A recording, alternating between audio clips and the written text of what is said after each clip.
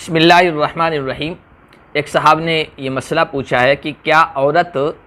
इद्दत के दौरान, जबकि वो इद्दत गुजार रही है, घर से बाहर निकल सकती है या नहीं, उसके लिए घर से बाहर निकलना जायज़ है या नहीं। ये बात वाज़ेह रहे कि इद्दत के दौरान घर से बाहर निकलना, चाहे दिन में हो चाहे रात में हो, दुरुस्त नहीं है, जायज़ नहीं है। हाँ, अगर कोई शरई उज़्र है, शरई मजबूरी है, मसलन ज़्यादा सख्त बीमार है, डॉक्टर को दिखाना है या हॉस्पिटल जाना है, या ऐसी बीमार हो गई है कि हॉस्पिटल में एडमिट करने की ज़रूरत है, तो फिर ये शरई उज़्र है, शरई मजबूरी है, उसके लिए वो घर से बाहर निकल सकती है। और अगर औरत वफ़ात की इद्दत गुजार रही है,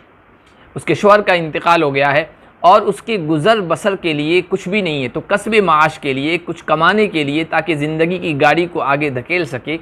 उसके लिए वो घर से बाहर निकल सकती है, लेकिन दिन दिन में निकले और रात को वापस घर में आकर रहे और रात घर में गुजारे। और अगर तलाक़ की इद्दत गुजार रही है तो फिर उसके लिए